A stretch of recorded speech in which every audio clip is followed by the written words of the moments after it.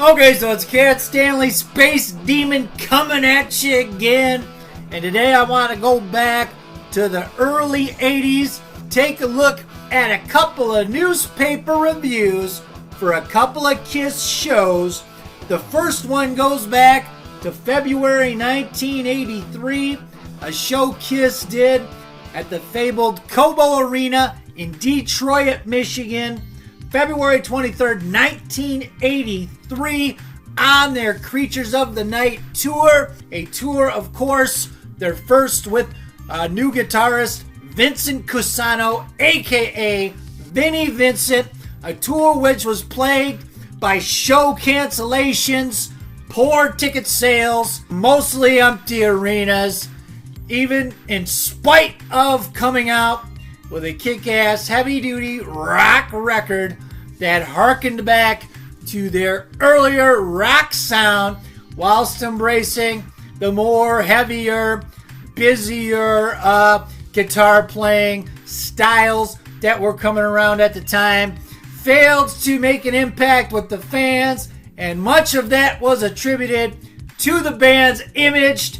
And they'd been, for the past almost decade, they had done this rock and roll masquerade, of course, their trademark makeup. Some called it a gimmick, was starting to grow old with a lot of the fans out there, and they would be forced to make a decision during the recording process of their follow-up album, Lick It Up, to take that makeup off. But that's why I want to take a look at this show review, and then I'm going to take a look at one from almost exactly a year later in 1984 during that Lick It Up tour.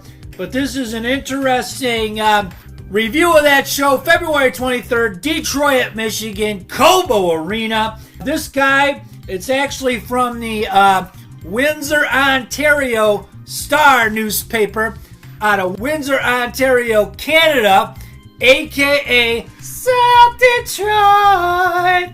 But the guy's name is John Laycock, the entertainment writer for the Windsor Star newspaper, does a review of that Kiss show, February 23rd in Detroit, 1983.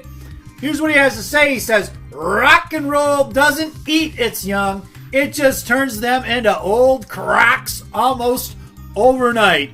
Barely half a decade ago, Kiss was the most popular carnival in rock, filling places such as the Olympia Stadium while moving albums out of record stores in stampedes. Today, only their grease paint faces remain young, and even that devilish makeup now hides the fact that two of the original four members have been replaced. Their last couple of albums faded away quickly. Their newest, Creatures of the Night, is unlikely to rekindle their career, and only 2/3 of Cobo Arena's smaller 12,000-seat capacity was sold, and I think it was even less than that, because according to KissFAQ.com, attendance for that show was 7,600 in an arena capacity of about 12,100. So it was less than 2/3 full, and lots of those seats belonged to young teenagers, presumably checking out the crazy stories told by their older brothers and sisters. For them at least, the spectacle should have been no kiss off. And then he goes on to describe the show: Gene Simmons' fire breathing and tongue wagging, Eric Carr's drums. They talk about the huge turret of the big military tank display that they had, the stage setup that they had for the show. It says Simmons, Paul Stanley, and new cartoon characters Carr and Vinnie Vincent strutted and pranced in their Dungeons and Dragons costumes like extras in a heroic fantasy movie, while their guitars pulverized the simple rock songs for 75 minutes. This is an interesting comment. He says, such big hits as Firehouse, Dr. Love, or Love Gun were as thunderous as ever, but with a bouncier bass line.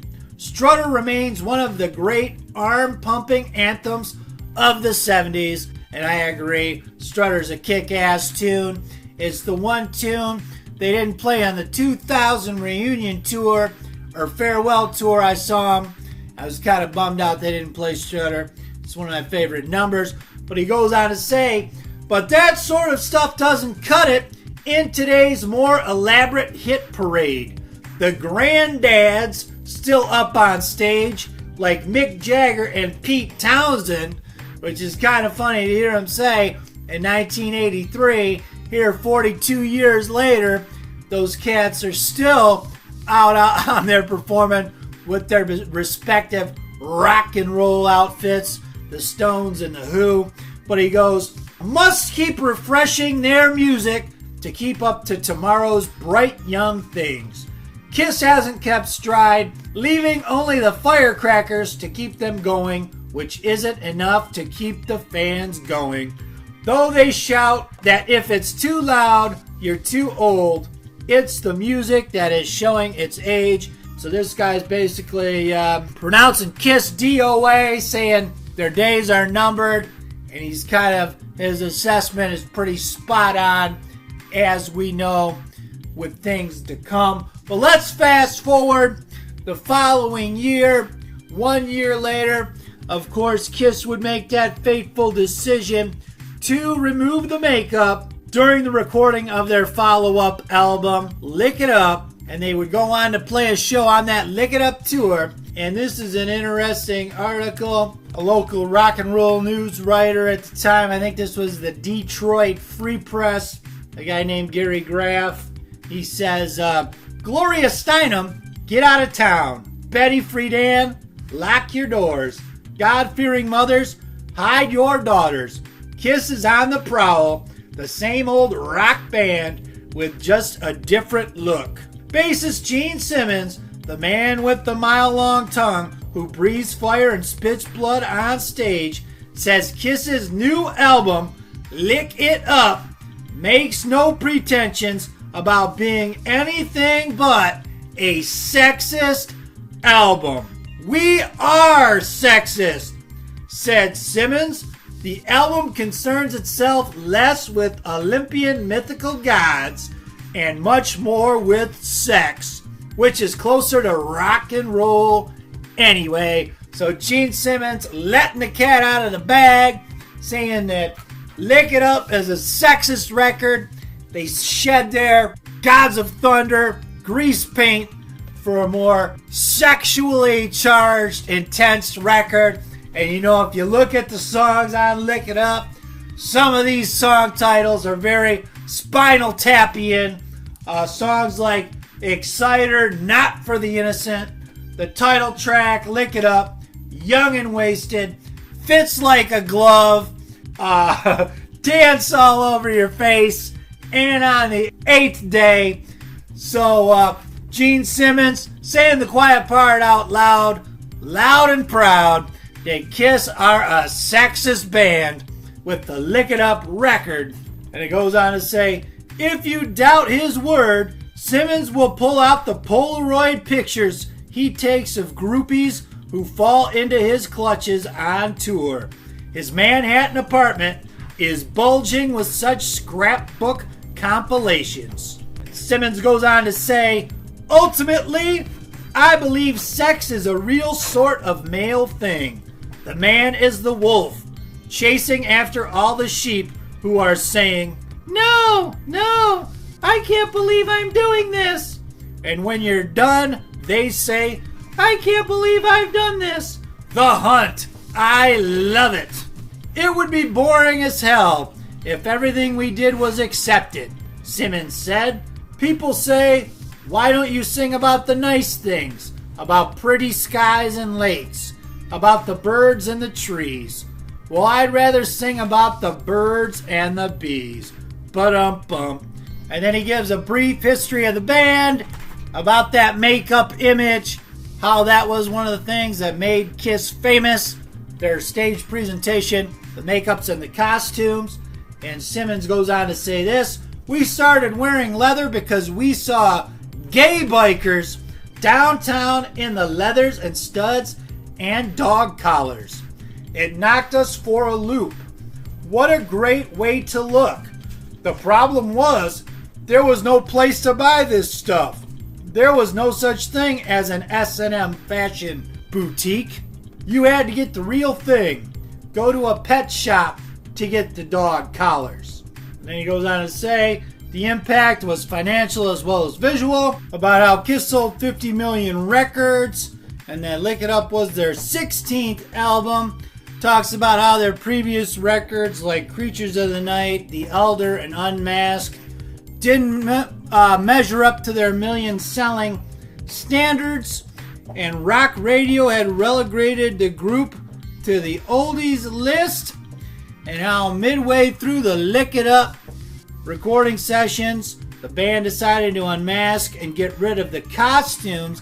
And here's something interesting, he says.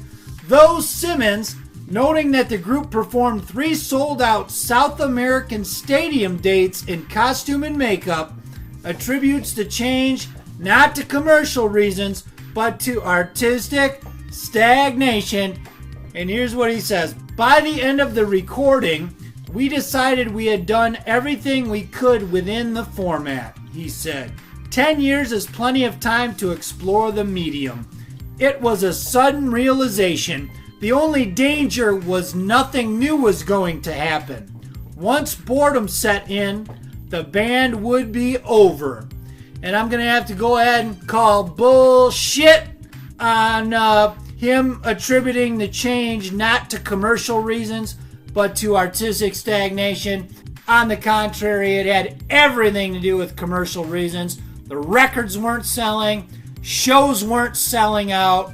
It had nothing to do. If the band were still chugging along, selling millions and millions of records and filling stadiums, you mean to tell me, Gene, they wouldn't have kept the makeup on for as long as they could have? Bullshit! It's bullshit. It was all about commercial reasons they took the makeup off. But in summation, Gene says this: the band looks different now, but strangely enough, everything seems the same, he added. There is an abundance of panties and bras being thrown on stage all the time with phone numbers on them. Now, we always got presents, but it was more leathers and clothing. Now it's much more sexist. So Gene Simmons doubling down on the sexist aspect of Kiss, saying the quiet loud part out loud that everyone had always known. And of course, this was a different age. Nowadays, he'd never say something like that. Probably not. Maybe now as he's getting on in years, older folks, a lot of times they tend to lose their filter. So maybe he would say something like that again now. But, it wouldn't be as acceptable. Not that it was acceptable back in the early 80s, but people weren't as uptight. People wouldn't get up in arms about something like that back then. And, of course, Kiss, nobody tried to cancel Kiss because Gene Simmons said they were sexist, because that was par for the course for the metal genre at that time. That's the direction they were heading. Music videos with chicks in bikinis, cock rock music was going to be all the rage for the next several years until, of course, the early 90s. But I thought it was interesting to see where, 1 year before, you had journalists leaving Kiss for dead, and then exactly 1 year later, Kiss were back. Maybe not to the, platinum selling plateaus that they were during their 70s heyday, but they were still a viable product on the rock and roll road and chugging along with the Lick It Up record. But that's the video. Wanted to take a look back at some interesting interviews from back in the day. Let me know what you think in the comments. Hope you dug the video, and we'll see you next time. This is what my dick looks like when it's soft. Who's here?